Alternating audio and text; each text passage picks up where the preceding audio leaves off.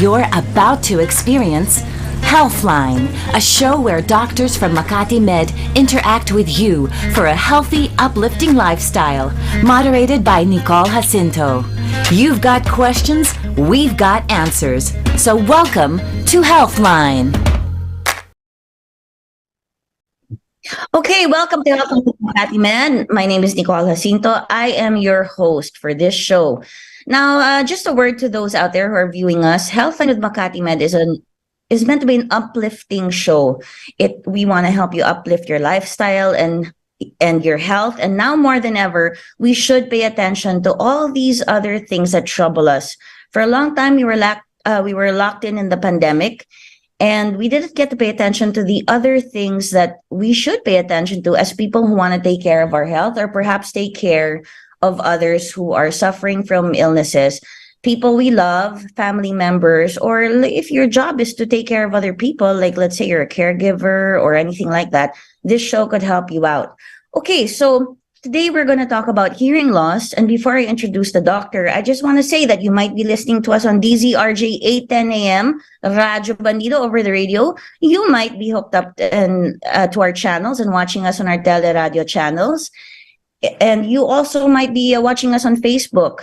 That's www.com/DZRJ810AM. That's DZRJ810AM. And the best thing about having us on social media platforms is that you can watch us over and over again. If you didn't quite catch this episode, you can always catch it at another time. Okay, so from the prestigious Makati Med, we have as a guest for today's topic, which is hearing loss, Dr. Franco Louis 𝗛𝗶𝘶, MD. And let's hear from Dr. Franco, because I have a question for him right away, automatically. Good afternoon, Dr. Franco.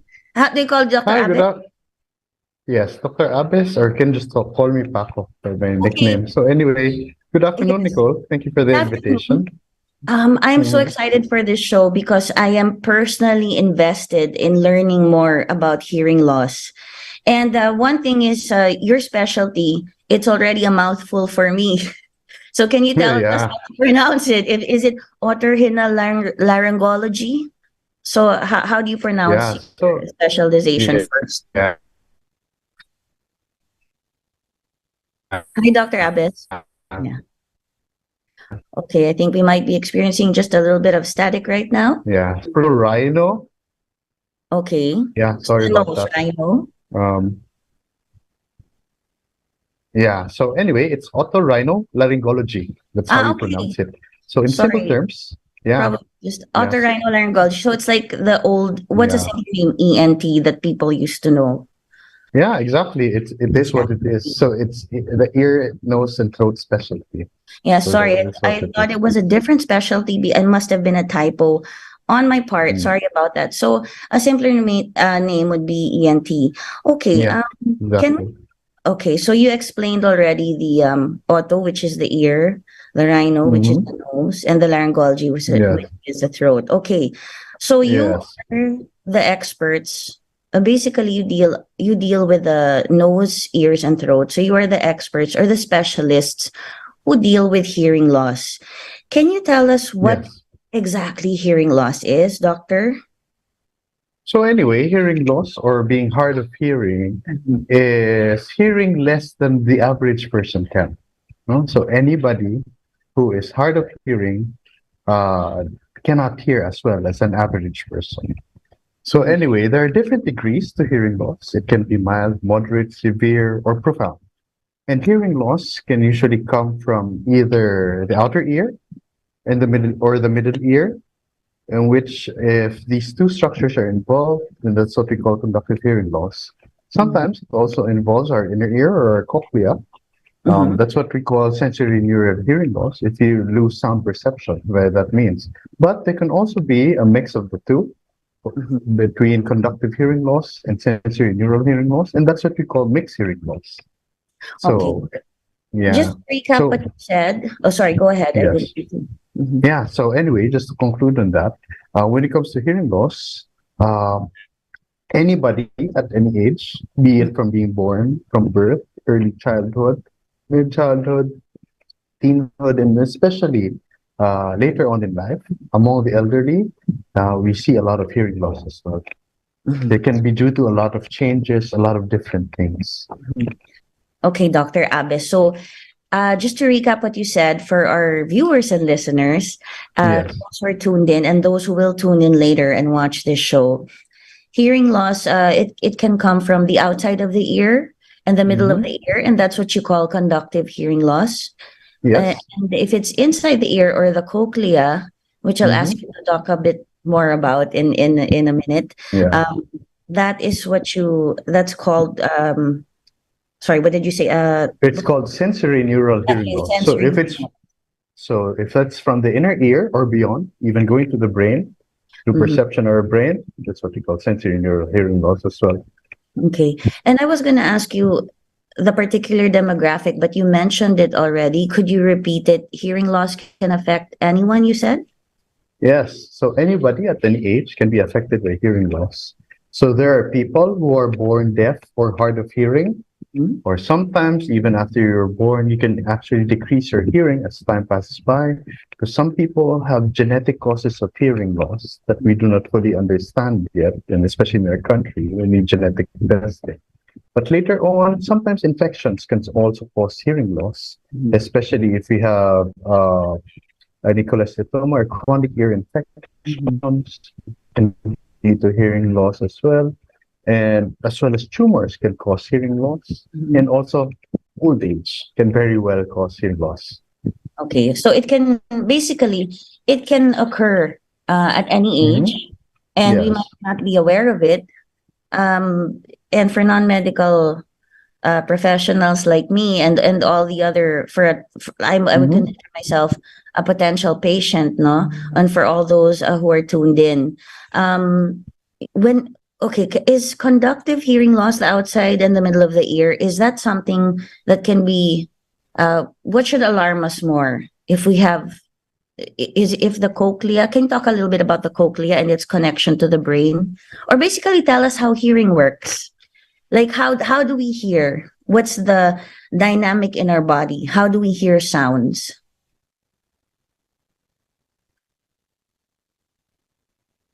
Hi, doctor. Okay, folks, we're just experiencing a bit of a technical problem. Mm-hmm. Okay. All right. So anyway, just to recap what the doctor said earlier, hearing loss can occur at any age. So it's not just what you can be hard of hearing, and you can have hearing loss that is mild, severe, or profound. And we have to get to those terms yet, as described by the doctor. And you can experience it at any age. It can occur. I mean, you can be born with it. It can be genetic for reasons that specialists like Dr. Abes don't quite fully understand yet. And there's also there's different levels of hearing loss, as he said earlier. And we shouldn't be, I guess, in a word of advice, we shouldn't be too um, confident that we're not going to experience it yet because we're not a certain age. So there's no particular demographic.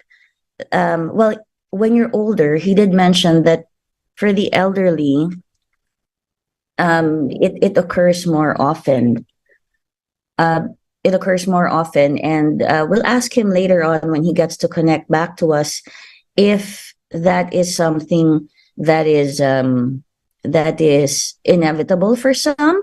And we'll ask about causes of hearing loss. He did mention injury to the ear, frequent ear infections, and we'll ask him the symptoms and the signs of people who may be experiencing hearing loss. In the meantime, please listen Yeah. to this message from. Oh, hi, doctor, you're back. Sorry. Yeah. Hey, Sorry. Got. Sorry about that. I don't that's know what fine. happened. Yeah. So anyway, where Okay, were so we? can Yeah. you tell us? Can you tell us how hearing works, just so Yeah. that we all Yes. know? Yes. Yeah, sorry, I think we should just start with that. So No problem. anyway, yeah, so as hearing individuals, like Mm-hmm. as human beings, we've developed hearing so you can hear through the air. So how does hearing start? So I think we have to know what sound is. Yes. Yeah, I think you should start with that. So sound Okay. is actually the vibration of molecules. So Mm-hmm. it's caused by the vibration of molecules. In this case, we usually hear the molecules in the air. So the Is that sound from molecules, movement? what's that? Does it always occur from movement, the molecules? Yes, Okay. exactly. So that's what you need actually. In order to generate sound, there has to be movement. Something has to move. Like Mm-hmm. there has to be vibration. There has to be some form of oscillation. Like when we clap our hands, there's Yeah. some movement there. So there's some sound. So we get to stimulate the molecules in the air. So how do we hear? So when we vibrate these molecules in the air, so our ears actually acts as like the radars. You can Yes. actually get them all. So the thing is, all of this sound then gets captured and then is caught by the tympanic membrane or your eardrum, which is around an inch deep on your ear Mhm. canal. So what happens here in the eardrum, all of the sounds get concentrated and then are then transferred and conducted into the inner ear eventually, and then are amplified. So when it comes to the inner ear, or what we call the organ of hearing, or your cochlea, what happens there is that the vibrations get Mhm. transduced. It's an engineering or term in physics wherein you transform one form of energy, mechanical energy in this form, and it is translated into electrical energy. So Okay. that electrical signal are then it's then eventually interpreted by our brains and is perceived as sound. So different frequencies of sound. It's very important for us, especially as human beings, because that's how we hear speech. And that's how we communicate primarily through oral communication. And with familiarity with things, that's how we identify things like footsteps Yes. and maybe the sound of the door. And then we can say, shut that thing off, like that, when we're bothered by a sound or us, we recognize certain voices, our brain processes all of that. But it starts with the ears. Please just jump in and correct me if I'm wrong anytime. I'm Yeah. just trying to learn from what you're telling all of us. And then also, okay, so it's this process that for us is pretty instant. Yes. Um, Exactly. But begin it's with movement, but go, yeah. sorry. But if you remember, hearing Mhm. is something that's learned as well, especially when it comes to speech. Okay, That's why, yes. we recall things with the speech, familiarity of words, especially when you put them into sentences. And that's Mhm. how we comprehend things as well. And you were talking about, can I ask you about decibels? Uh, Yes, okay, go ahead, yeah, Doc. exactly. So I think you've heard of the term decibel. So Yes. that's how we quantify the amplitude or the power of sound. So Mm-hmm. this term was originally coined by Alexander Graham Bell, Mm-hmm. Ah. the inventor of the telephone. From the University College London as well. So anyway, yeah. So anyway, it's named after him. So the Mhm. thing is, the peculiar thing about hearing in decibels is that we're used to linear quantities, aren't we? Like one Linear plus meaning one equals straight. two. Yeah, Yes. exactly. In the mathematics, it goes in a straight line. But when we quantify sound, it is logarithmic. So it goes like if you had it on a graph, Yeah. it would go up and down. Yeah, Or it's non-linear, so meaning you need much more power for it to go up a little bit okay. more. So the Mhm. thing is, it's a little bit peculiar. So mathematically, it's a little bit harder to explain. But in simple terms, when we say that there is an increase of around 3 decibels, Mhm. of just 3 decibels, then that entails that we need twice the power in order to achieve that. So, Okay. so if there's a difference between 80 and 83 decibels, Mhm. for us to achieve that, usually we need more power, just twice as much. Like, for example, you have one speaker that Mhm. can attain 80 decibels. In order to attain 83 decibels, you need two speakers already with the same power. Wow. So So that's how much power you need in order just to increase the sound. Yeah. the creation of the sound, you need more power to increase it. How Yeah. in order for us to perceive the Yeah. increase in the sound with our Yeah. hearing. Okay. Exactly. That's why it's a little bit hard to Mhm. increase, the volume of sound, especially if you're like saturated your amplification system already. Like for example, if you like try to maximally exert your voice, to Yes. increase it just a little bit more by around 3 decibels, then you need like two people to shout already. Just to increase Wow. it that much. So that's how quantities of sound are. It's not like 1 plus 1 equals 2. It's like you need two sound sources just to increase it into when it comes That to I decibels. I think, Yeah. doctor, that is so informative and educational, because I think when we talk more about this and when people try to understand it, it will help a lot in understanding it, perceiving it more, the idea, and not getting frustrated right away with, Yeah, in exactly. terms of understanding things about hearing loss. Okay, doctor, we have a question from Yeah. Michael A. Manalo, a Facebook viewer. Hmm. Magandang araw po. Hindi, nagbabati lang pala siya. Thank you, Michael A. Manalo. And a question from Anthony Garcia. At what age does one experience the start of hearing loss? He's asking for his elders. I know you answered Okay. this already, but perhaps you can just say it again for the sake of Anthony Garcia. Thank you for tuning in. Yeah, so thank you for the question, Anthony. So anybody actually, especially as you grow older, you can actually lose your sense of hearing because, as you grow older, the inner ear that we mentioned earlier, the cochlea, so it's Yes. made out of hair cells. The cells inside are neuroepithelial organs. So they have a hard time really regenerating. So once they die, they die. Oh, Okay, yeah. So that's the thing. It turns into a fibrous tissue. They don't regenerate. So going back to the question, so when should we get screened, especially when we get older? Probably from the age of 40 or 50 and up. No, so it's just think of it this way. As we grow older, our eyesight isn't that good anymore. So it's the same pretty much when it comes to your ear.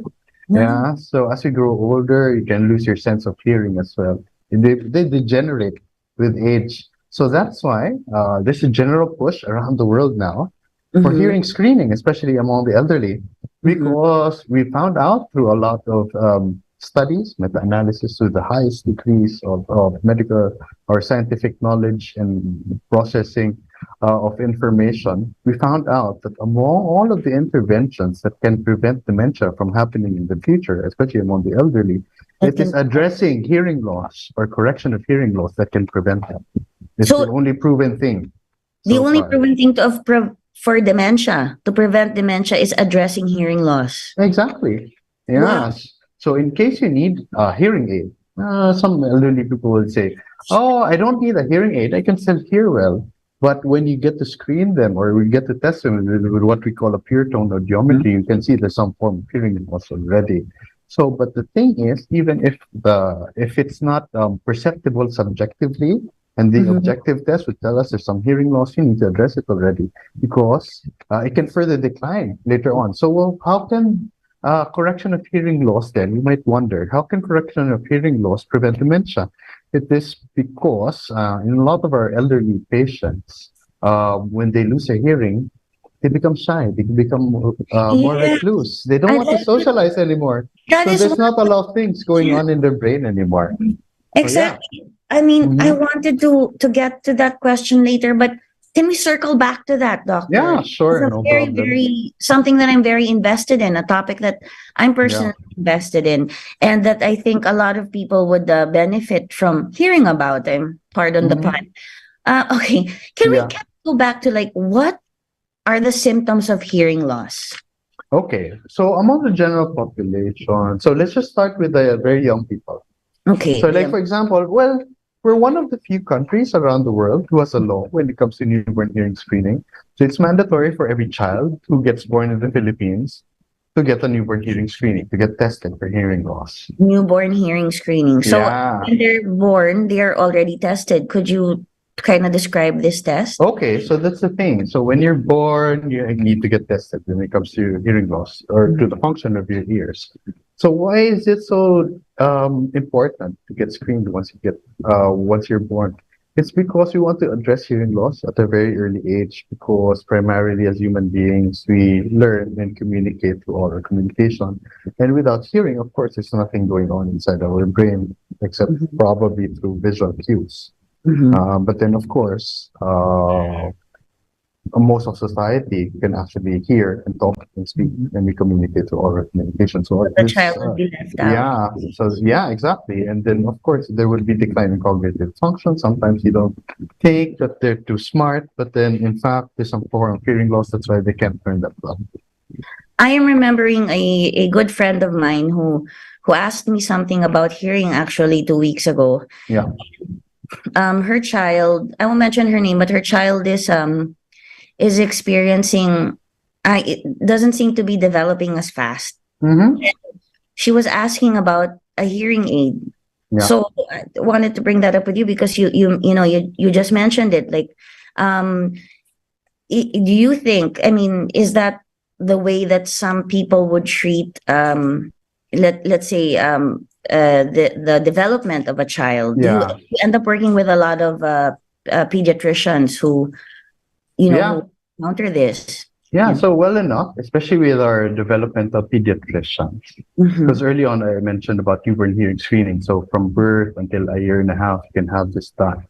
But then later on in life, like for example, you failed to do a newborn hearing screening for some reason, and then when you want to get your child tested, especially if you consulted a developmental specialist, and then they think that there might be developmental delay. But most of the time, we still need to test them for hearing loss. Because of course that can be key in the development of the brain as well. That's why we get a lot of referrals from our developmental pediatricians in general, and people who are involved in hearing screening. So if there's suspicion that there might be some hearing loss among these children, then they can be screened or tested for hearing loss. So even from a year and a half and onwards, even from newborns, you can all test them. So it's either we do a physiologic test, meaning we see the activities of their brains or their hair cells inside their ears. If there's, somehow there's an abnormality there that can lead to hearing loss, or is it all normal in these children? So the thing is, if you have hearing loss, then we need to correct that somehow. And as I mentioned earlier, there are different degrees of hearing loss. But, so when it comes to hearing aids, we can probably address this up to moderate to severe hearing loss.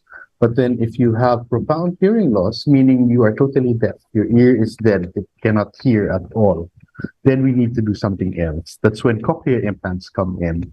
So the cochlear implant actually takes the place, if you put in a cochlear implant, it takes the place of your cochlea itself. It's a bionic ear, to be short. Yeah. So cochlear implants are devices that you do surgery on a Yes. person, and you place them inside the ear. Yeah. So Okay. yeah. Sorry. So what happens here? Well, when you have a cochlear implant, you might be curious of what it is. Of course, it's a bionic ear, and it takes the place of the cochlea. So what happens here is that we have a tiny electrode, a tiny piece of wire that goes into your cochlea, and then eventually it stimulates your nerves. When that the external device, there are different components to the cochlear implant, but in short, it perceives sound from the outside environment, changes them into electrical signals, just like your cochlea, then stimulates the nerve that's connected to your cochlea. So it takes the place of your cochlea already. So thus, your brain can have some stimulation, and later on, when you learn how to hear using a cochlear implant, you can eventually hear words and sentences and understand things eventually. Thank you, doctor. We can circle a bit. I'd like to circle a bit back to that later. But I'd like to tell you, and I'd like to say hello to Ladybug and Angela Gonzalez. They're watching us. Thank you for tuning in. And I have some questions here for you, doctor, that were sent in via text. For the young kids nowadays, doc, na mahilig manood ng concert, nakakasira po ba ng pandinig agad yun? That's from Rina. Okay, when it comes to hearing and exposure to noise, there are mainly two types of things that we have to be concerned about. One is what we call acoustic trauma. So acoustic trauma is to exposure to sudden bursts of loud sounds, probably over 90 decibels, and all of a sudden it happens. Boom. No, like for example, you get exposed to a gunshot just in your ear. Yeah.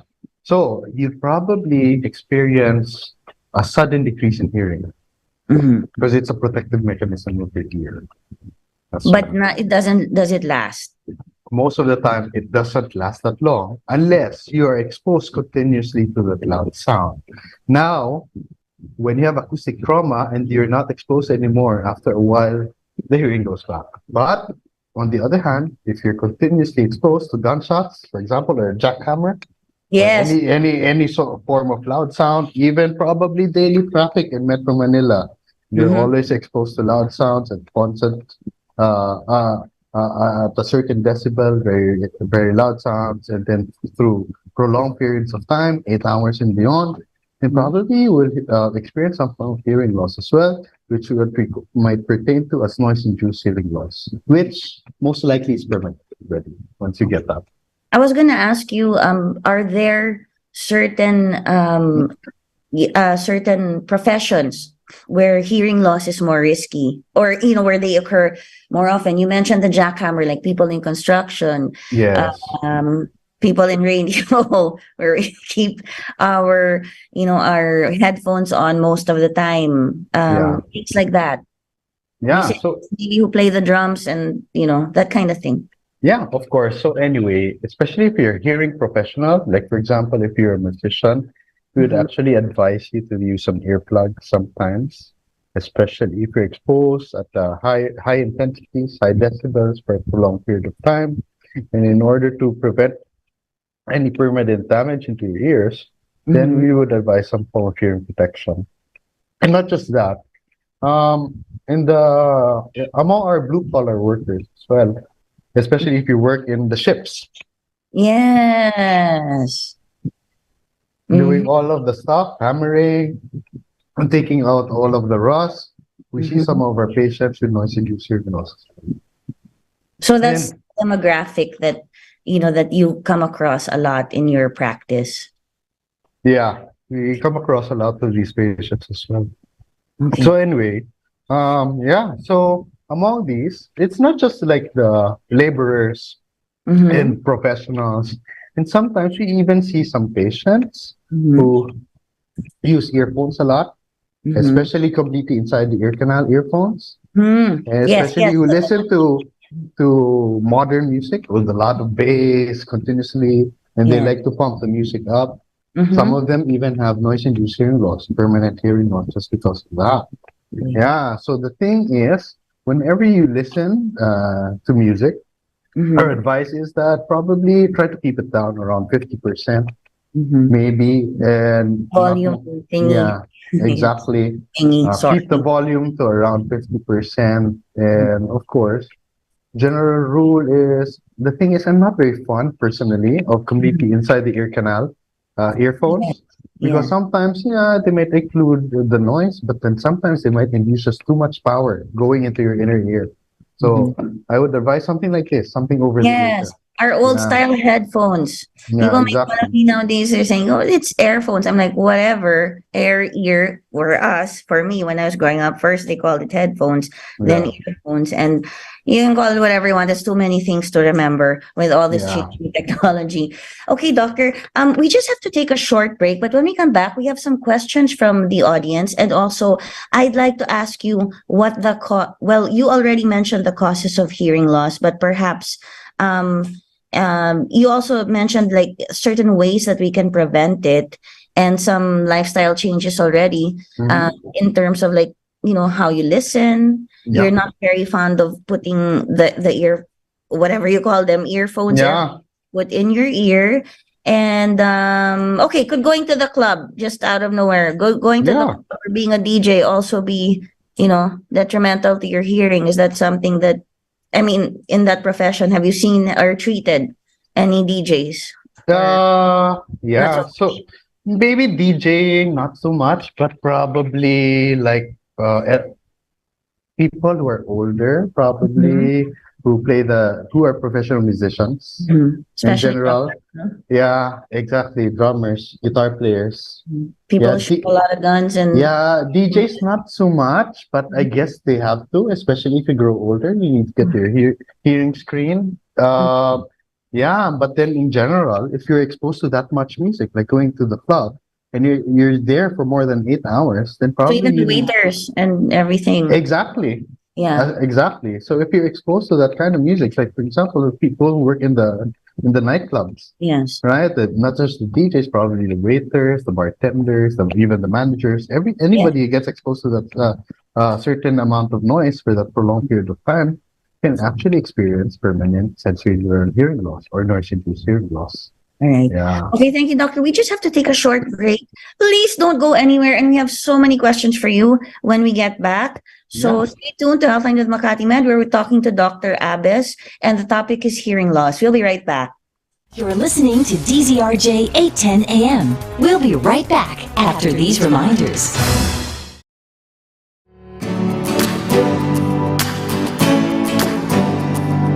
Hi, this is Dr. Jacinto and welcome to Makati Med Wellness Center. Located at Ayala North Exchange, the Makati Med Wellness Center is a warm and comfortable state-of-the-art lifestyle center where executive checkups and services that address holistic patient care and wellness can be done.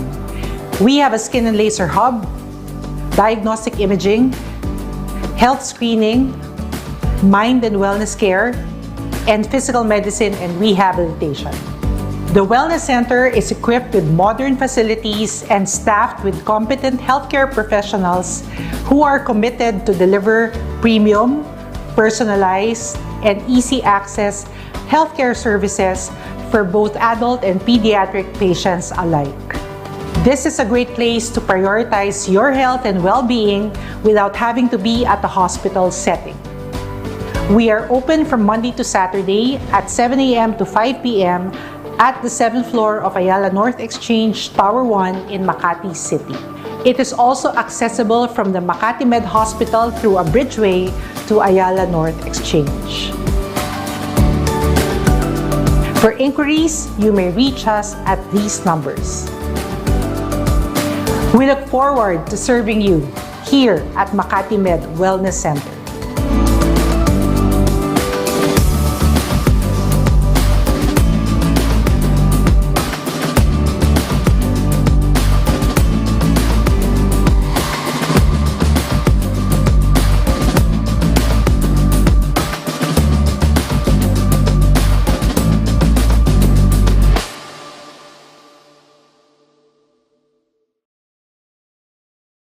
You're back with Healthline, keeping you healthy. Moderated by Nicole Jacinto.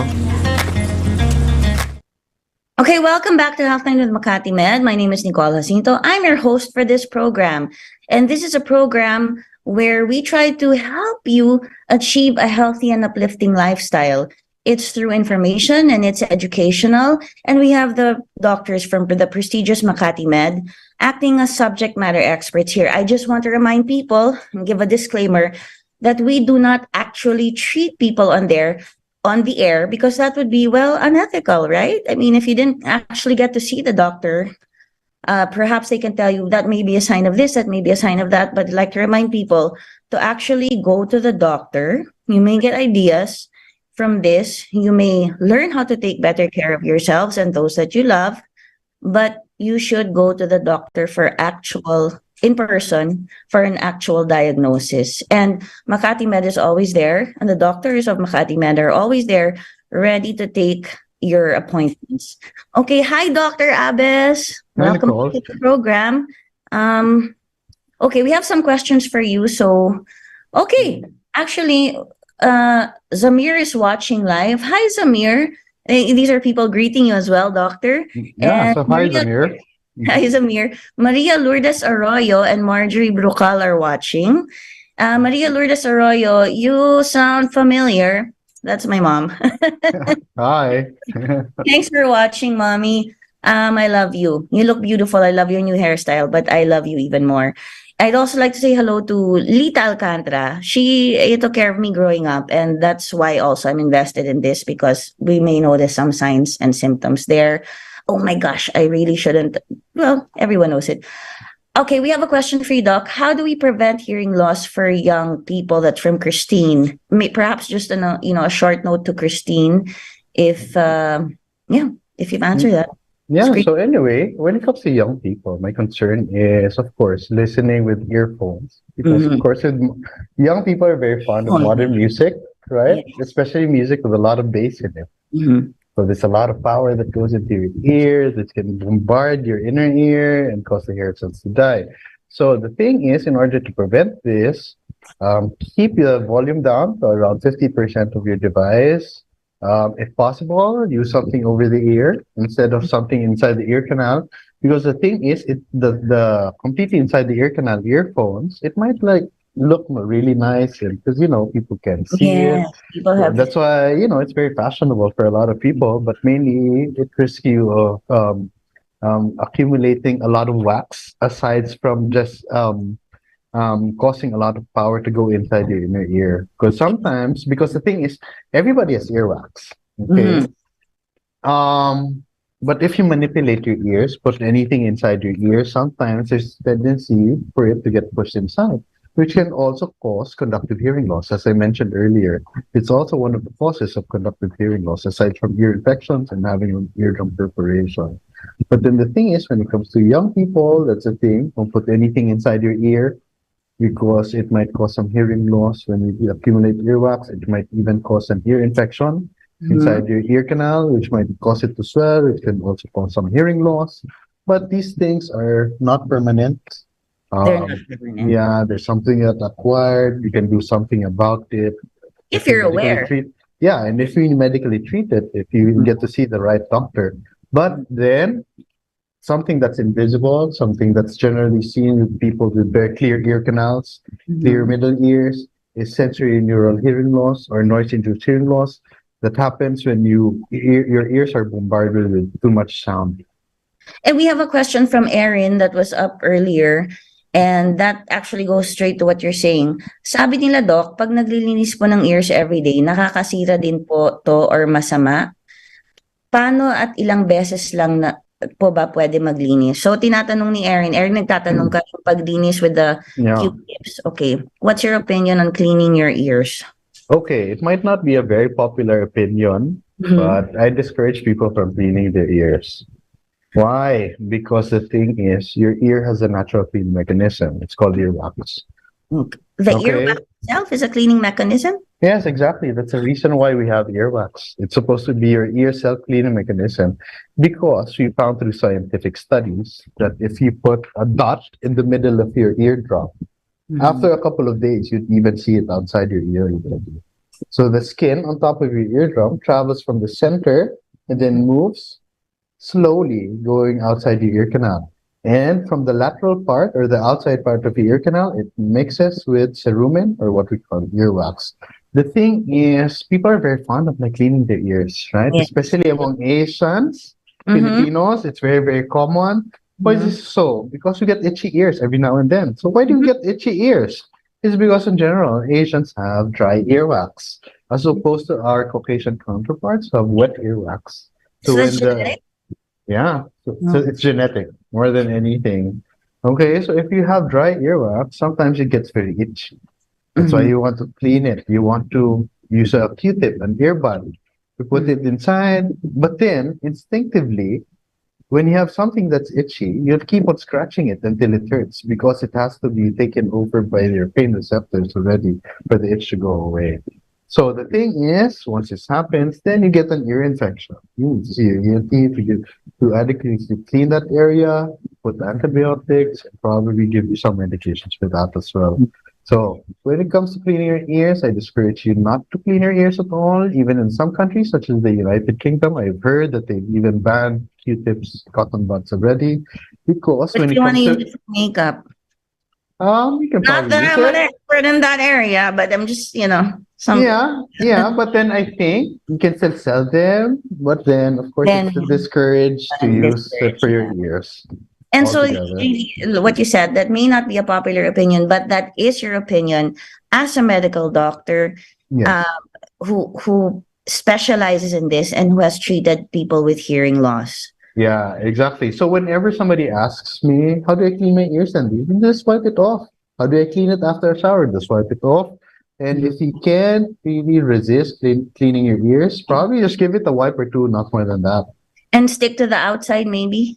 Yeah, but then the thing is, the best way to clean your ears, if you really want your ears to be clean, you go to the doctor, have it cleaned. Or if there's somebody else in your house who can see your ears, because the weakness of like trying to clean our ears on our own is that we don't have eyes in our hands. We can't see what we're doing.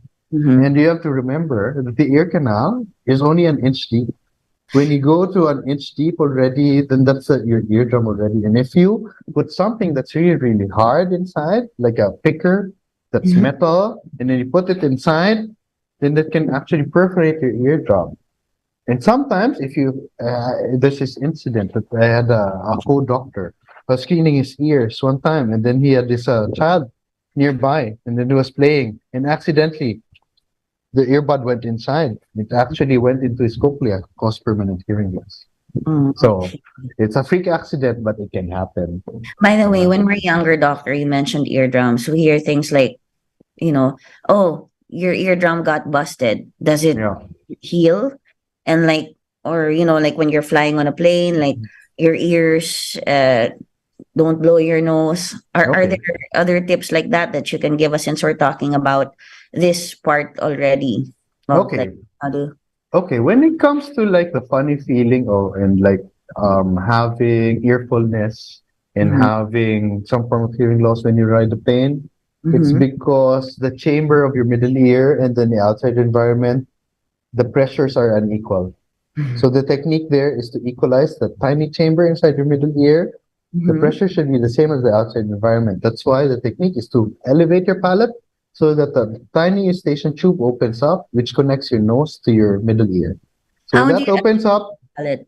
So, Okay. well, you can sing, you can chew gum Chew gum, sometimes. that's fine. Yeah, that's why they Yeah. put chew gum. So a technique that we do with some patients in order to open the tiny eustachian tube is that you have to close your nose, you have to close your mouth, and then Mhm. you swallow.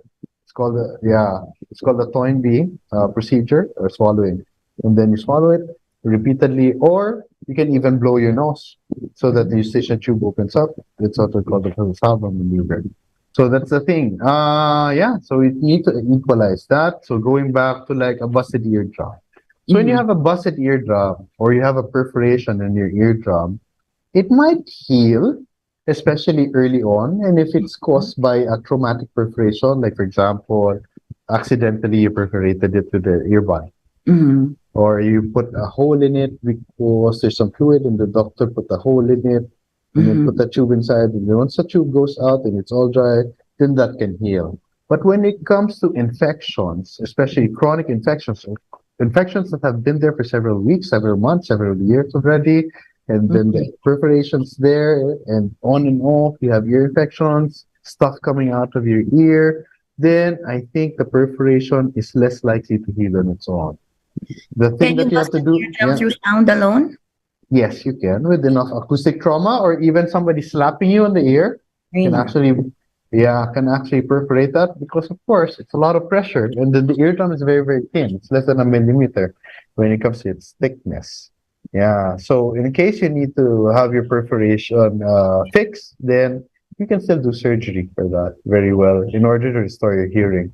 That is, of course, if your cochlea is still very, very functional. Mhm. Well, of course, even if you have a busted eardrum with a perforation, even if the tiny bones that connect to your eardrum are busted, you go into your inner ear, we can still reconstruct that. At this day and age, we think that nobody should be deprived of the functional sense of hearing anymore. And doctor, can you just tell me the proper terms also? Like when you say hard of hearing or deaf, Yeah, uh, I don't. Do you work with persons with disabilities or groups? Are you part of that or anything? Can you give us a proper term so that we don't go around yeah, offending people?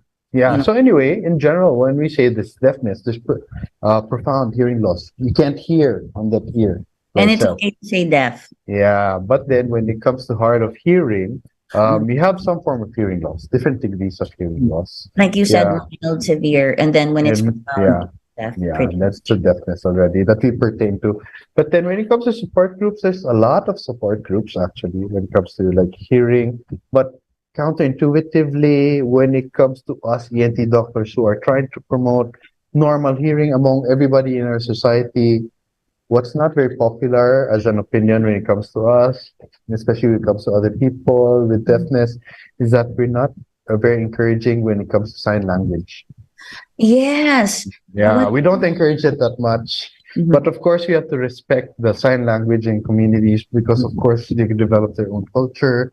Maybe they want to keep it to themselves, but of course, because the thing is, we've seen that when children are born with deafness, and then they haven't been fitted with a cochlear implant, they've never had surgery yet, and then they learn how to sign already, communicate through sign language, and then you put a cochlear implant inside, it's harder for them to learn how to use a cochlear implant. Because, it's just like learning a language. You got used to that Yeah. language already, and it's more convenient for you.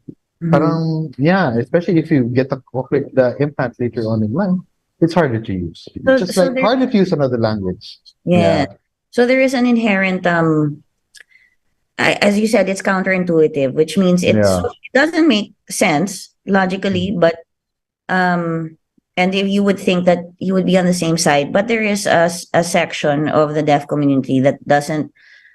That's their culture. Yeah. You said their sign language, and Yes. hearing through our ears, we can. You said earlier we recognize words, sentences, maybe intonation. That's how we put things together. So that's how we learn to speak English, or ganun tayo natututo magtagalog. Yeah. We Yeah. become bilingual, trilingual, and we are included in a community, pero there is some disconnect when it comes to perhaps promoting sign language. I was going to ask you Yeah. if you guys do that, but No. we Yeah. tend to discourage it because I guess medically speaking, your focus is to heal or cure the physical problem. Yeah, because the thing is, more importantly, we want everybody to be part of the normal hearing society. Because majority of people can hear. We don't want you to learn, it can reinforce sign languages, even and especially lip reading, that can add to that for the entire hearing experience. But of course, the ultimate goal is for you to actually hear and learn through hearing.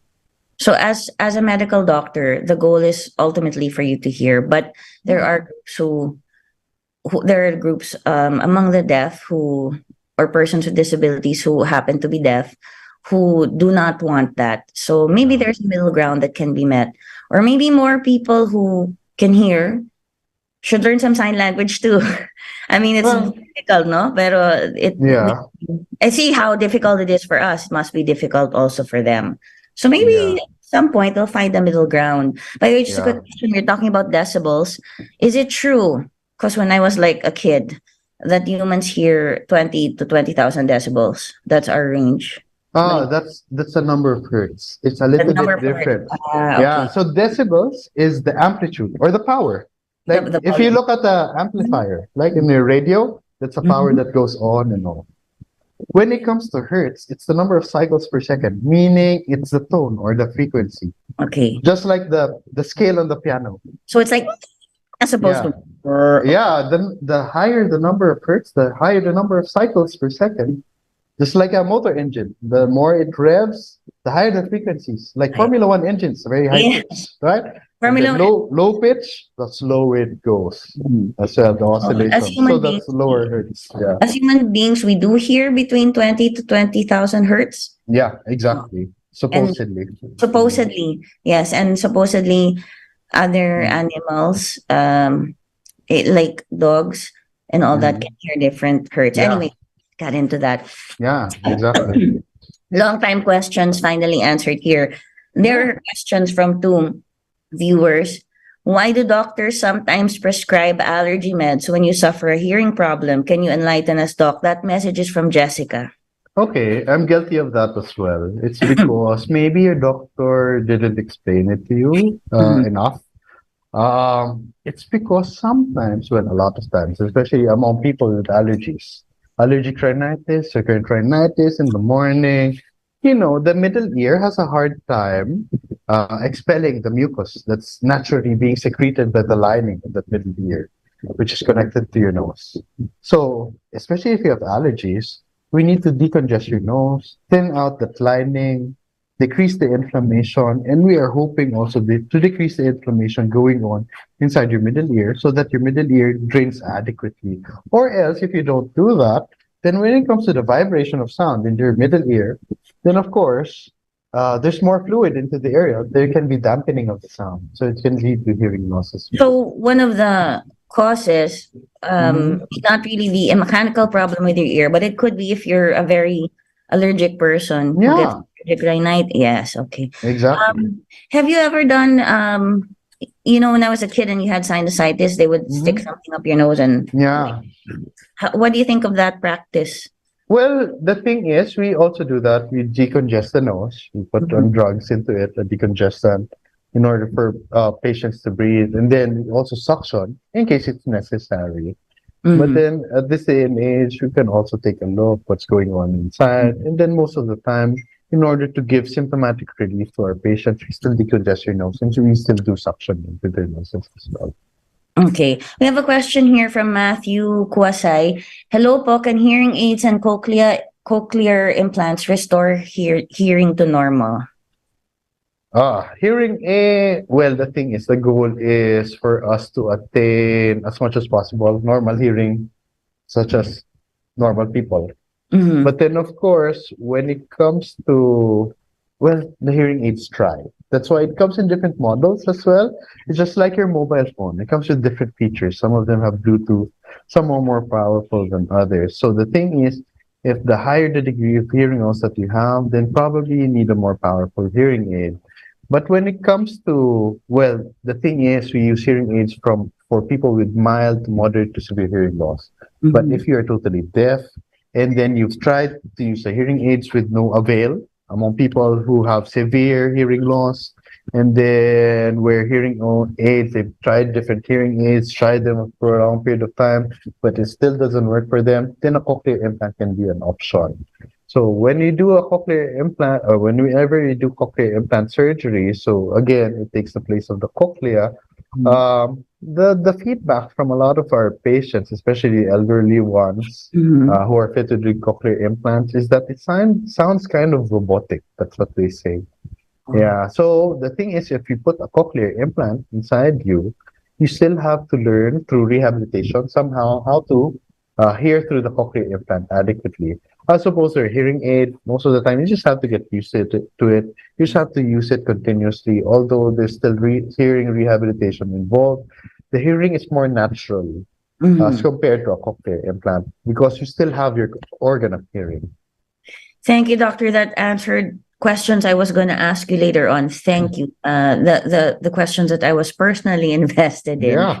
about hearing aids and cochlear implants. And you know, one thing is that, of course, you can't say to Matthew earlier that it's with a cochlear implant that it goes back to normal because you said the feedback is that it sounds a bit robotic and you do need kind of therapy afterwards, as you mentioned. Please correct me if I'm wrong anytime. Just Yeah. jump if I don't recap what you said properly. Mhm.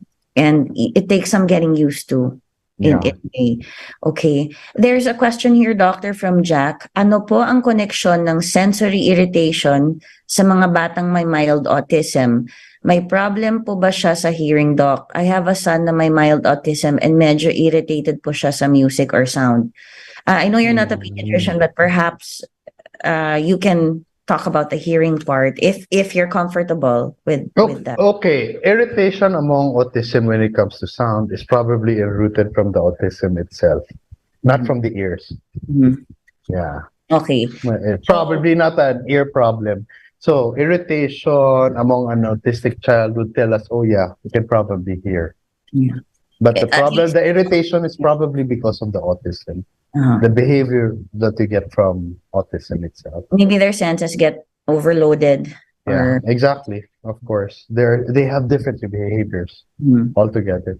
So you have to think when you have somebody who's autistic, he's kind of different really from how Yeah. he behaves. Okay. Yeah. Right. And then we have a question from Anthony Garcia again. So are bone conduction type earphones better? I guess that goes to the question of what kind of earphones to use. Yeah. Or So the advantage I think of using bone conductive earphones, I haven't tried one though, Hmm. is that but in theory of course it works like a bone conductive hearing aid that we put in as well. So we have bone conductive hearing aids, we anchor them into the skull. So it works pretty much the same as a bone conductor. So what happens there is that the sound goes mainly into your cochlea through bone conduction. It okay. doesn't go through your eardrum anymore. But of course we have to understand that hearing is an entire experience. Doesn't go like that. It's what your entire head actually experiences and is conducted the sound. So you That's hear what. to your cochlea goes by itself. So the advantage of using that is that it might cause less irritation into the ear canal, especially if you're very fond of using completely inside the ear canal earphones. And especially if you're allergic to the tips, because some Yeah. people are allergic to rubber. Sometimes it causes inflammation and infections into the outer ear itself, especially if you use them for an extended period of time. Can I go back to, you prescribe medicine sometimes because the cause of hearing loss may not exactly be mechanical or genetic. Mhm. But let's say you have a lot of allergies, sinusitis, Mhm. you have rhinitis. What can taking a lot of medication be a cause for hearing loss, or like, a fake kind of pseudo type of hearing loss? Because you hear a lot of people say, I can't hear because I'm on so much medicine. Okay. Well, there are really some drugs that are ototoxic, chemotherapeutic agents containing platinum, some certain antibiotics such as aminoglycosides, and even some diuretics that they might say, and even antibiotics for malaria sometimes can cause hearing loss and dizziness. Different drugs can have their different side effects, including hearing loss. There's no, yeah. So the thing You is, consider sometimes you them. can't really predict if somebody has hearing loss due to a drug because some people they react more than others, and there are also some genetic conditions that can predispose you to having hearing loss. So would you consider that?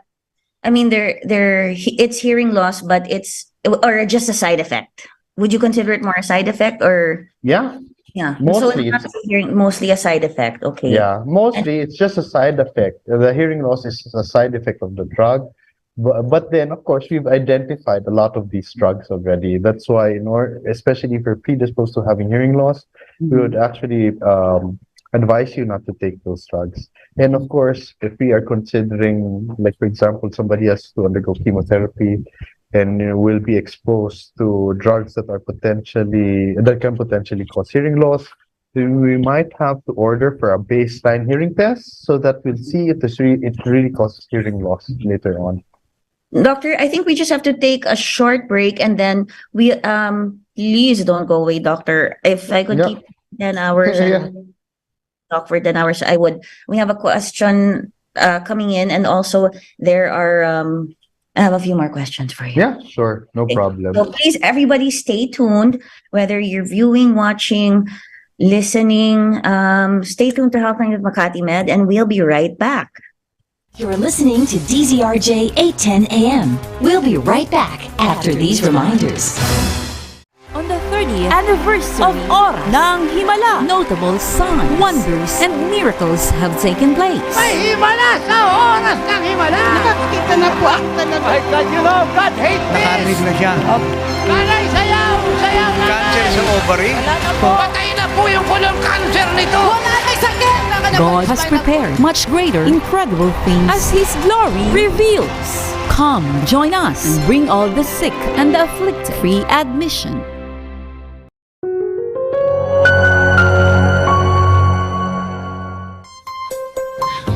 R is now at Radio Bandido, an informative program that tackles all issues concerning all walks of life, delivering hottest issues and events, with health consultations on air and a lot more, with your host veteran newsman Ricky Sunga and master entrepreneur Ruel So. R sa Radio Bandido every Saturday from 10 to 11 a.m. You can catch R on DZRJ 810 a.m., Radio Bandido TV channel 224, TV Plus boxes, and streaming live on Facebook/DZRJ 810 a.m. and YouTube channel DZRJ 810 a.m. Radio Bandido.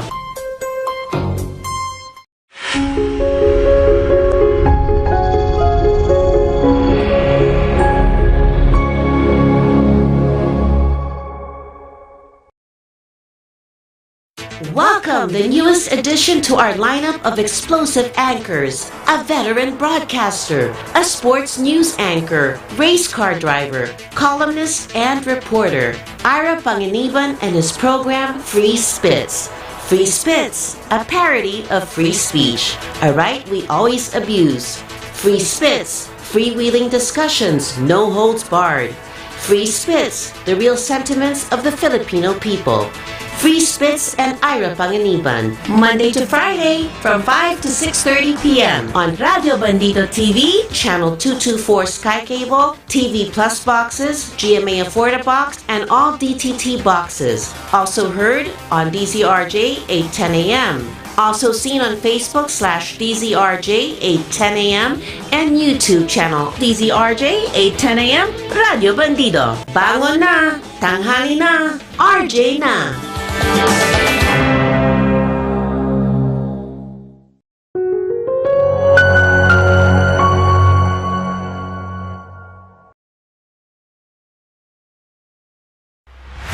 Sally Masa, with host Sunny Ilustre, digs into current events and human interests. All viewers and listeners are invited to take part in the discussion. All opinions are welcome and respected. Sally Masa is open to assist those experiencing injustice. The motto of the show is, "If God is with us, who is against us?" Seen every Saturday from 4 to 5 p.m. on Radio Bandido TV, Channel 224 Sky Cable, TV Plus boxes, digital free-to-air channel 29, facebook.com/DZRJ 8:10 a.m. or on YouTube, channel DZRJ 8:10 a.m. Radio Bandido. Serbisyo publiko ba ang hanap mo? Programang tutulong at aalalay sa iyo. Tuwing linggo, Carmen Ignacio, Mark Anthony Ignacio, Miss Teresita Amansek, Malasaki Kapwa. 2 oras ng aksyon, ng tulong, ng puso. Malasakit Kapwa. 1:00 hanggang 3:00 ng hapon. Malasakit Kapwa. Mapapanood at mapakikinggan sa DZRJ 8:10 a.m. sa Radyo Bandido TV, TV Plus boxes, Sky Cable Channel 224, Digital Free-to-Air Channel 29, Facebook.com/DZRJ 8:10 a.m. at sa YouTube channel DZRJ 8:10 a.m. Radio Bandido. Malasakit Kapwa. Aksyon, tulong, puso. Malasakit Kapwa.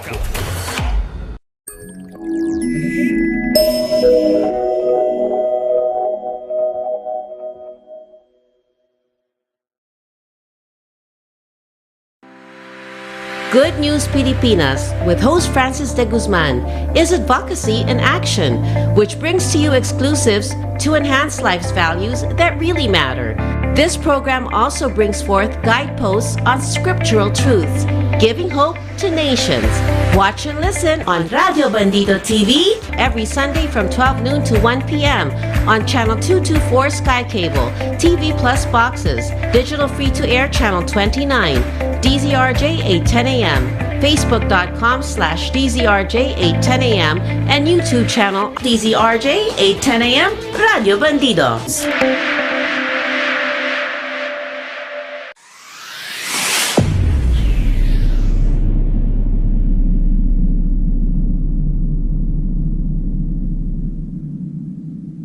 Join Arnel Doria as he explores the world of travel, transportation, road safety, and the environment. Tune in to Good Trip every Saturday at 1 to 2 p.m. on Radio Bandido TV, Channel 224 Sky Cable, TV Plus boxes, digital free-to-air Channel 29, Facebook.com/DZRJ 8:10 a.m. and YouTube channel DZRJ 8:10 a.m. Radio Bandido. Fierce, fast, and on the go. Reporters Hour, hosted by 𝗛𝗏𝗁𝗏. Meet the fearless reporters of Teleradio Bandido TV. Celestino Jojo Sicat, Vance Fernandez, Jong Manapas, Jimmy Mahusay, Felix Tambongco, and Romel Madrigal. During a crisis, you need timely and up-to-date reports on Radio Bandido TV daily, plus on Reporters Hour, 12 noon to 1 p.m. except Tuesdays. On channel 224 Sky Cable, TV Plus boxes, digital free-to-air channel 29, DZRJ 810 AM, Facebook.com/DZRJ 810 AM, and on YouTube channel DZRJ 810 AM, Radio Bandido.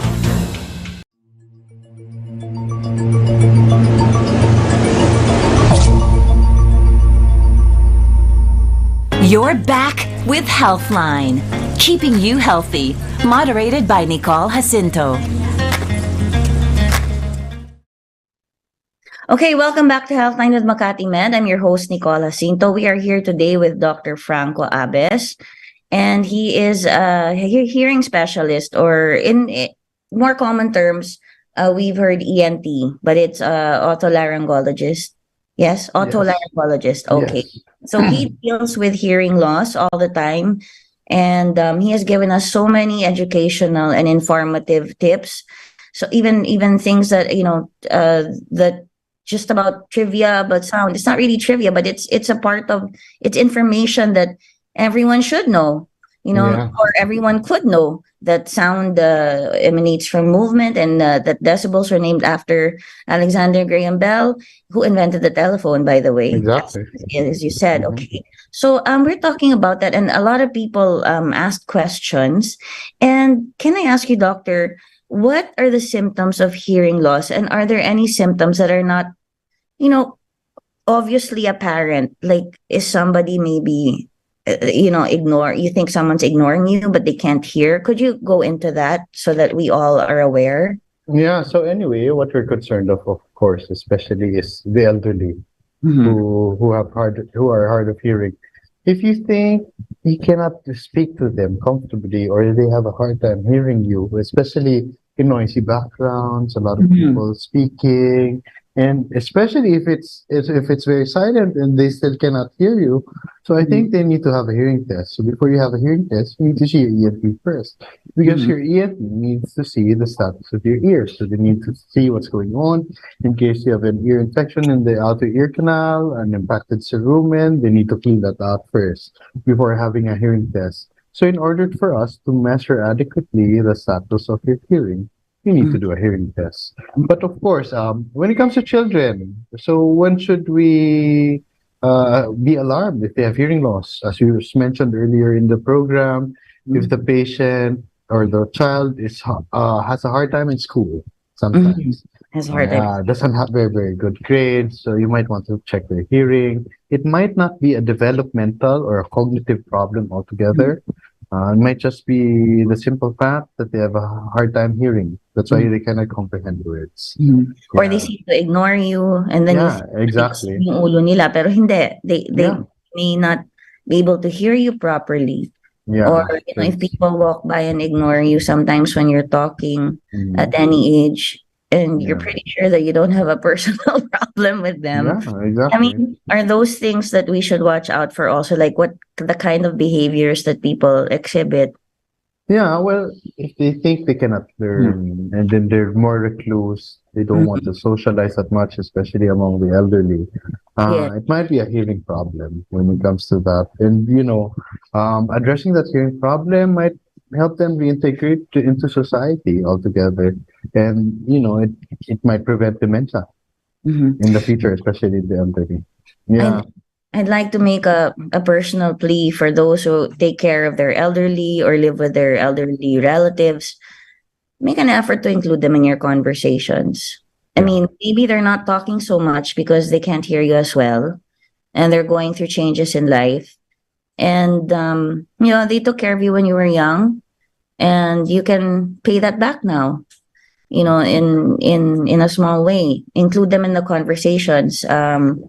If a doctor like Dr. 𝗂𝗏𝗏 can arrest their hearing loss or improve it, then I think it's worth it for that person to have a better quality of life. Okay, so just how you mentioned these hearing tests, no? So how are they diagnosed? As you said, we'll go to you first, or someone like you, a specialist. You look at the ear, and then what exactly are the tests involved? So anyway, the most basic test that we do is a behavioral test. It's called the pure tone audiometry test. So the thing is, we emit sound in different intensities, in different sound frequencies, from low frequencies to high frequencies. So you measure that on each ear, and then we compare it to the normal ear. So if you cannot hear as good as the normal ear, then you have hearing loss, be it mild, moderate, severe, or profound. We can also see that if it is due to a conductive problem. Is it from the external ear, middle ear, or is it an inner ear problem that is causing you some sensory in your hearing loss? So when we do the test, we can check on that as well. And this test would involve somebody going into, let's say, a booth and Yeah, exactly. It's just like your sound booth in the studio, in the radio Yes. studio. So you wear a pair of headphones most of the time, or they come in pre-field speakers, sometimes in ears, and then they give you a button. And then they emit sound on each ear at different frequencies, at different intensities. Once you get to hear that sound, you press the button. If you can't hear it, no need to do anything, Okay. essentially. So that is the pure tone No, geometry test. Yeah, test. it's just only one of the tests that we do for different ages and for different purposes. We also do different tests for hearing imbalance as well. I did take a couple of hearing tests years ago, somewhere, and there was one. Is there special training for, what do you call them, technicians, or are there special? Well, yeah, anyway, the hearing professional, when it comes to hearing aid fitting and testing, you actually need a master's degree for We this. do.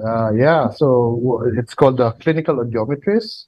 It's a master's degree in clinical audiometry, which is actually in high demand around the world these days. So if there are people who are interested, there might be a different path. They want to work abroad, they're in high demand. So that's why there's also a shortage in our country of audiologists as well. So these individuals are called audiologists, but there are other people who are, we call audiometricians. They don't have a master's degree, but they are trained to do some of the basic hearing tests. But when it comes to more advanced hearing tests, then we need the expertise of the audiologist and even a doctor later on.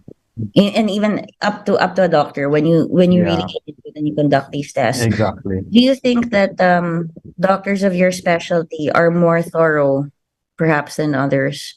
Yeah, I think so, because when it comes to hearing, we're the only specialty that actually deals with it. No other specialty deals with problems with hearing.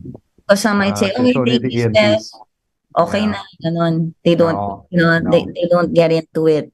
Yeah, so I think the very basic thing, if you think you have hearing loss or you know somebody who might have hearing loss, is that they need to consult ENT to get their ears checked, and then eventually try to have a hearing test done, because that's the only way that we can actually measure your hearing. It's through a hearing test.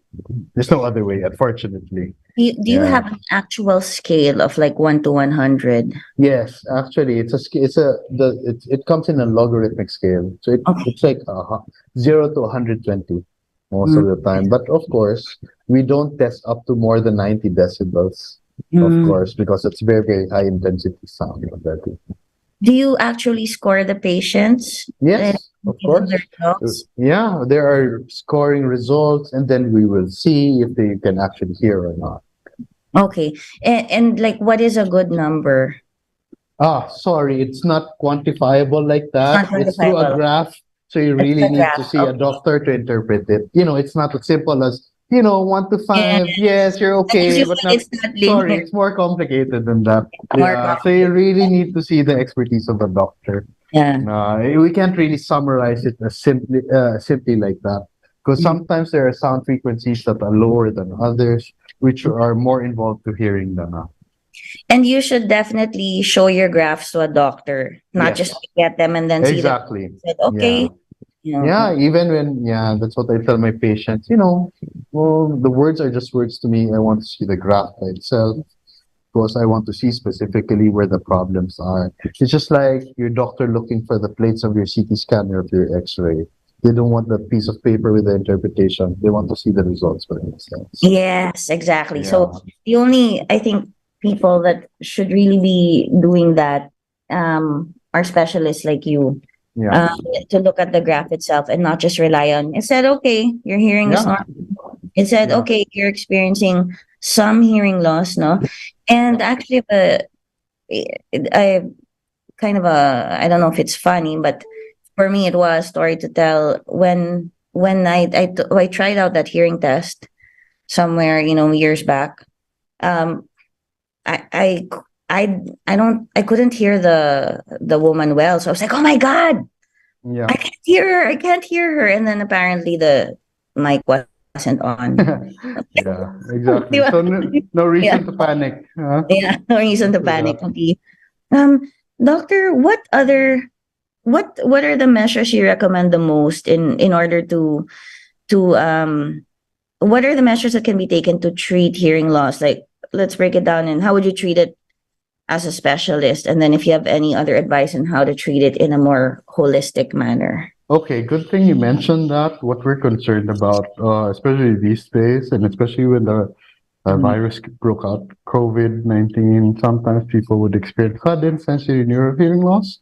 All of the sudden, they don't have hearing on one ear for some reason. And then we take a look at their ear. There's nothing wrong with the ear. External ear is okay, middle ear is okay. There's no problem. Then they get tested. Then we see severe hearing loss on one ear, profound hearing loss in one ear. So what causes this? It can be caused by a viral infection in theory, So the thing is, if the virus is small enough, it might not just be COVID. Sometimes it's due to the herpes virus of some sort. Before COVID, that's what we had most of the time. So when we have something like this, in theory, there's an attack into your inner ear, or your cochlea, and then your hair cells become inflamed, and then they can't hear anymore. So what do you need to do? Try to get rid of the inflammation for you to get a chance at getting back your hearing. So what do we do with this? We give steroids to patients. And what's very popular these days with any abnormality, especially with the inflammatory response involving your inner ear, is injecting your middle ear itself, so that the steroid goes in through passive diffusion, going inside your inner ear, and hopefully we get rid of the inflammation. True enough, the past few people in which I've had this done, and then they came to me right away within a week or two, not more than 2 weeks, and we did early intervention. You can recover your hearing very, very well. Wow. And this, Yeah. you seen this more after the pandemic? Yeah. Yeah, I think so. Strangely, I've had more unusual cases since the pandemic. How do I explain it? I can't really explain it through now. I don't have the scientific evidence to back me up. But of course, through mere observation, I think we've been seeing more of them recently. Yeah. And then you check, and then wow, they have profound hearing loss. But as you said, the treatment for that you've been using is injecting steroids into the middle ear. But this is, of course, for sudden sensory neural hearing loss. Sudden, okay, if it's sudden. But if you've had it chronically and it's been declining, then that's probably something that's degenerative. We need to address it through something else. You can also try steroids, but if it's been there for a while, probably it won't work as well. We need to do another intervention in order to amplify your hearing. If, let's say, with age, or someone's been experiencing hearing loss and it's declining, are there signs that someone is like bound to lose their hearing, or is there always hope? Well, the thing is, what we want to prevent is further decline of your hearing. But of course, if your hearing isn't bad enough, then we can probably correct it with a hearing aid, just like how your vision is corrected through eyeglasses. That's how I see hearing aids. It's just like your eyeglasses for your ears. And would you recommend hearing aids for, I mean, if it's okay, if it works, is that the first step that you would recommend for people? Yes. Actually, if you're hard of hearing and it comes from your cochlea, most of the time. So the thing is, what we can address through surgery and through picking out your ear, through medications most of the time, is your external ear and the middle ear. When you have a perforated eardrum, we can fix it, no problem. There are better solutions these days. You have an ear infection in the middle ear, you need to clean it out, you need to do surgery, you need to drain it out. If needed, we make the hearing mechanism better. But when it comes to the inner ear, it's more sensitive. Within the first 2 weeks, you need to do it. But when it comes to the question, do we need hearing aids? Most of the time, yes, when it involves the inner ear. No? When you have sensory neural hearing loss. most of the time you will need a hearing aid. That's why most elderly people need hearing aids. It's because presbycusis, or what we call age-related hearing loss, happens most of the time among the elderly. Okay. You know? And are there, you mentioned a lot of procedures and stuff. Are these part of the advancements when it comes to treatment for hearing loss? Yeah, so anyway, when it comes to the treatment of hearing loss, there are different procedures already, a lot of different devices. We can even replace your cochlea with another transducer, the cochlear implant. In case we need to amplify your hearing and you still have a good cochlea or inner ear, we can amplify that through hearing aids. We even have bone anchored hearing aids that we call. We put a tiny screw into the bone, into the skull. And then in cases like, for example, if you have conductive hearing loss that is pretty bad, and then the hearing aid doesn't work that well, and then we need to deliver more power, and an option for that is bone-anchored hearing aids. And if, for example, you were born deaf or you have profound hearing loss on one ear, or you acquired, you had a sudden sensory neural hearing loss, and then the drugs didn't work for you, then probably we can put a bone conductive hearing aid on the affected ear, and then you will have sound perception using your good ear. Okay, so it will like kind of about balance. Yeah, so the vibration from the other ear will go to the other ear, and then you will have somehow some sort of sound perception from the ear with the hearing loss. Yeah. Okay, we have a message. Hi, Nicole. Hello. I'm glad you're back. Been waiting for 2 years to watch your very informative show. That's because of the doctors, like Dr. Abbas. My whole family are happy that you're back on TV. Please greet my grandmother, Ika. She's 90 years old and she loves your show. From Rochelle. Hi, grandmother Ika. Thank you very much. And you know, keep going. 90 plus more. And then we have from Alteo. Hi, Nicole. You're the reason why we go to the best MMC doctors for consultation. Thanks for all your echoes. Okay, well, I would recommend Dr. Abbas definitely. There's so much more I want to ask Dr. Abbas. But one, okay, do you have any advice for when it comes to people who have hearing loss? And maybe what about their families or primary caregivers? Any advice for people who have signs of hearing loss? Okay, so when you think you have some form of hearing loss and then you think there's something wrong with your hearing, don't hesitate to see your ENT doctor and ask for a hearing test. They can recommend a hearing test that's adequate for your age. And if you experience sudden hearing loss, especially, try to visit your doctor as soon as possible. Treatment shouldn't be more than 2 weeks if you have sudden sensory neural hearing loss. And when it comes to cleaning your ears, try not to clean your ears that much. Even if you go swimming, you know, eventually the wetness in your ear, the moisture will eventually evaporate without you doing anything. The reason sometimes the water gets stuck inside your ears is because sometimes you have cerumen, you have earwax inside. It gets caught, it swells, you know, it feels weird. So in case that happens, try not to manipulate your ears too much, because a lot of times people manipulate their ears because they think there's still something stuck inside. But in fact, it's the swelling caused by the manipulation that's causing the fullness of your ears.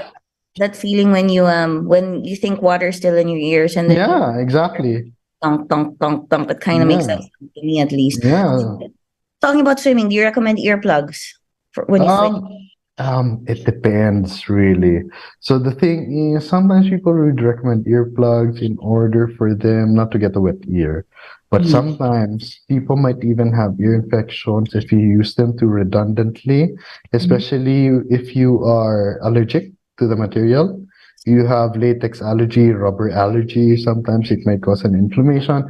And sometimes even in some of my patients, because they're so fond of swimming, there's the wax gets stuck behind the earplug because they keep on using it. So I tell them, oh, maybe you should go swimming. Oh, I can't do that. So what's the next solution? Maybe try not using your earplugs, because the thing is, the water should just wash the wax off. Most of the problems, most of the time, really, it's just due to ear manipulation.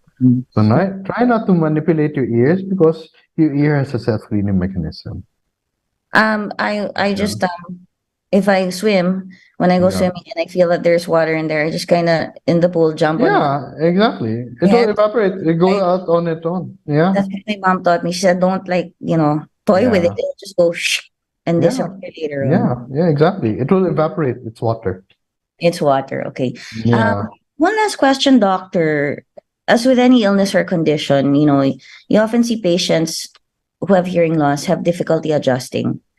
We Yeah. talked about that earlier, maybe them feeling left out. Can we touch on this aspect a little? Just, even if it's just very short, do you see patients who get depressed, and do you recommend them to go to some kind of mental health specialist, or Yeah.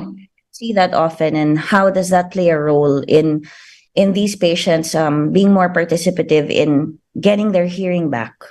Yeah. So anyway, anybody with chronic illness or chronic disability, such as in our example, have a permanent hearing loss, right? And declining hearing loss.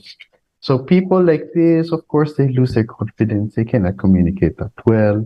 So what we advise them in order to build them up psychologically is to see a psychologist, especially a psychologist who is trained in what we call cognitive behavioral therapy. So this will, this will actually help them recognize their disease and try to solve this through their own means as well.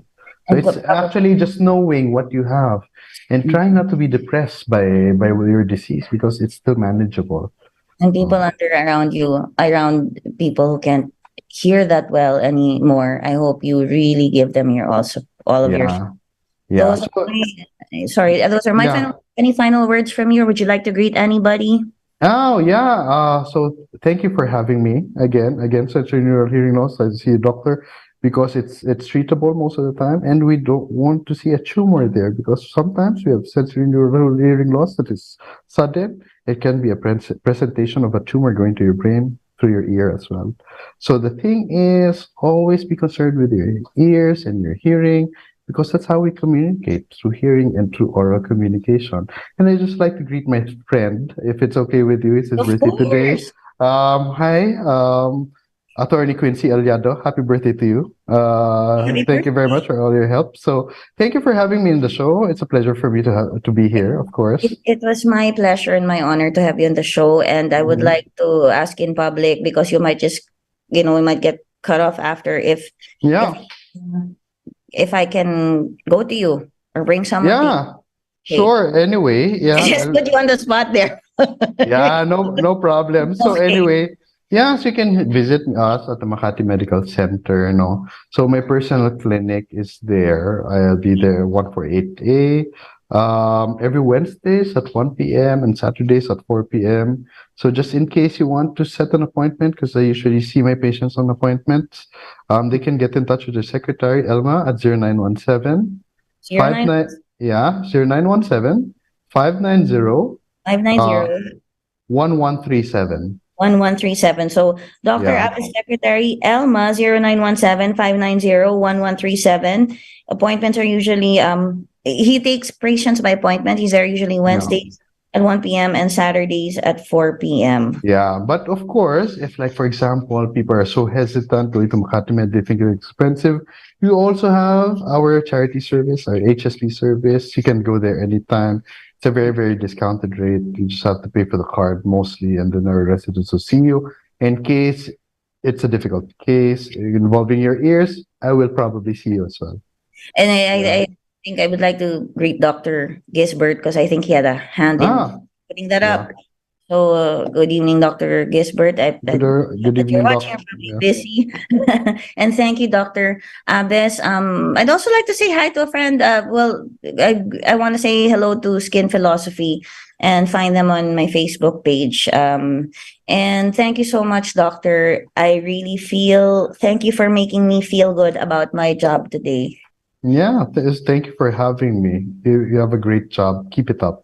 Thank you, Doctor. And thank you to all our viewers and listeners. Do tune in again next week on Monday from 5 to 6:30 p.m. Healthline with Makati Med. Take care, everyone. Thank you for tuning in to Healthline with expert doctors from Makati Med, giving you the chance to interact, uplifting your lifestyle. Moderated by Nicole Jacinto. Tune in again next week for your weekly dose of Healthline. The views and